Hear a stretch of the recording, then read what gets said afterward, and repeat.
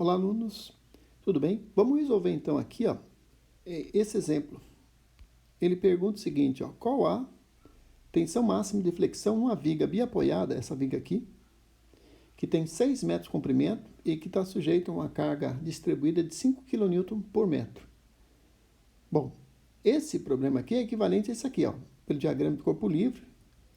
Eu tenho uma barra aqui, reação em A e em Y e reação de B em Y, né? E 6 vezes 5 dá 30 kN aqui para baixo.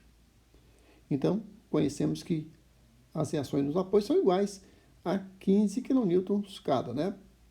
Por questão de simetria.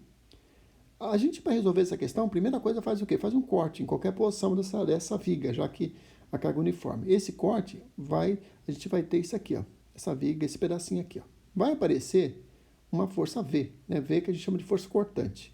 A gente representa sempre por convenção aqui para baixo e o momento aqui, ó. Nesse caso, vamos seguir o momento considerando como positivo esse momento aqui, ó, momento anti-horário, tá bom? Positivo assim, momento anti-horário.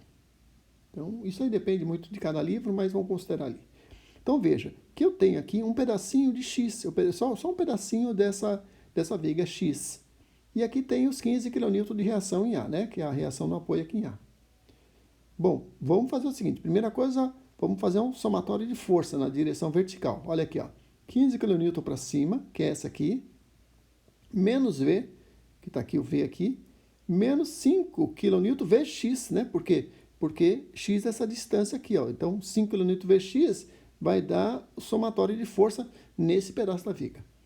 V, então, vai ser uma equação, essa equação aqui, ó. Então, a gente acaba de obter o V como sendo 15 kN menos 5 kN Vx. Só para ter uma ideia, quando x for 3 metros, bem no meio da viga, aqui no meio da viga, ó, se eu só substituir o 3 metros aqui no lugar do x, ó, se eu substituir no lugar do x aqui os 3 metros, ó, V igual a zero, força cortante igual a zero. Então, olha aqui, ó. Então, e quando x igual a zero, V igual a 15. E quando x igual a 6, V igual a menos 15. Né? Então, a primeira coisa é saber que isso aqui é o diagrama de esforço cortante. Na sequência, eu quero analisar com vocês agora o momento. A gente primeiro calculou o esforço cortante, vamos ao momento. Lembra? A mesma coisa, ó, é a mesma viga lá, só estou repetindo aqui. Ó. Somatório de momento em relação ao ponto A é zero. Somatório de momento resultante, né? Vou colocar aqui, ó, que não fique dúvida, em relação ao ponto A, né? Ok. Então, vamos lá. Lembre-se que aquele 5 kN Vx, que é a força resultante nessa distância x, está atuando em x sobre 2. Né? Se eu fizer um corte em x ali. Tem um momento aqui, tem um V que a gente já calculou. O V é aquela equação, tá? E vamos fazer o seguinte, somatório de momento, então, em relação a A igual a zero, essa equação aqui, ó. Menos Vx, que é menos Vx, ó. Porque em relação ao ponto A, eu tenho menos Vx de momento, né? Causado pela força V. Mais momento, então o momento positivo é esse aqui, menos 5, essa força aqui agora, ó, essa força aqui agora no braço ali, ó, 5kx, que é a força, Vx sobre 2, que é o braço, ó, essa distância aqui, ó. Isso é igual a zero. Então, o momento vai ser uma equação, essa equação aqui, ó. Então, fazendo aí as devidas multiplicações e simplificações, eu tenho que o momento é essa equação aqui, ó. 2.500 menos 2.500x ao quadrado mais 15.000x. Então, achei a equação do momento. Bom, isso dá um gráfico, né? Se vocês substituírem para x igual a 3 metros, ó, bem no meio da viga, eu vou ter um momento de 22.500 newton vezes metro, que é o momento máximo, né? Eu preciso dessa informação do momento máximo, porque a gente dimensiona a viga para o momento máximo, né? E, obviamente, tem ali ainda a tensão de flexão, que a gente vai descobrir, né? Deixa eu arrumar aqui. A tensão de flexão, a gente já falou sobre isso, é igual momento máximo vezes um y sobre o momento de inércia, né? Então, para o caso da viga, né? Essa viga ali é uma viga, na verdade, em I, né? A gente vai ter um momento de inércia, a gente vai calcular, e o y, nesse caso, o y, nesse caso, para essa equação, ó, para essa equação, para essa equação aqui, para esse y aqui, o y, na verdade, é essa distância aqui, do centro de gravidade até o ponto mais alto aqui da viga, né? Nesse caso, lembrando que para compressão, né? Para compressão, uma viga biapoiada sujeita a uma força, vamos supor que força aqui, ó. Aqui em cima, se a gente fizesse aqui, pegasse aqui um pedacinho aqui, né?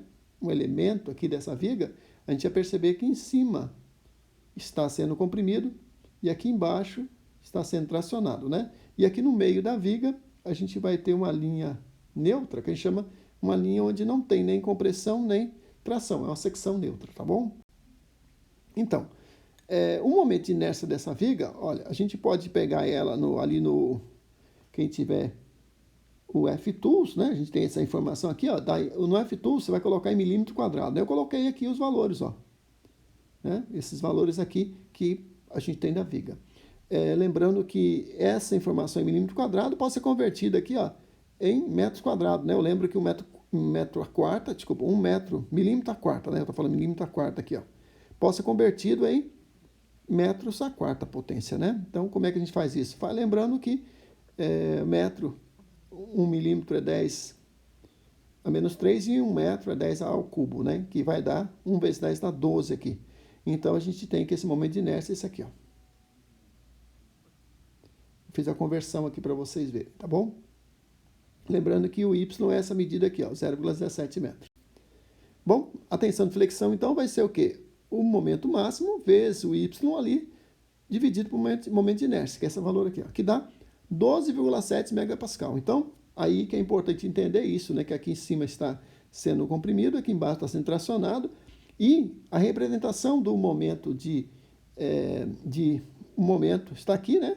No meio da viga, ou seja, no meio da viga tem o momento máximo e tem também a tensão máxima, que para baixo é de compressão e para cima, para baixo é de tração e para cima é de compressão, né? Como está aqui representado, compressão e tração.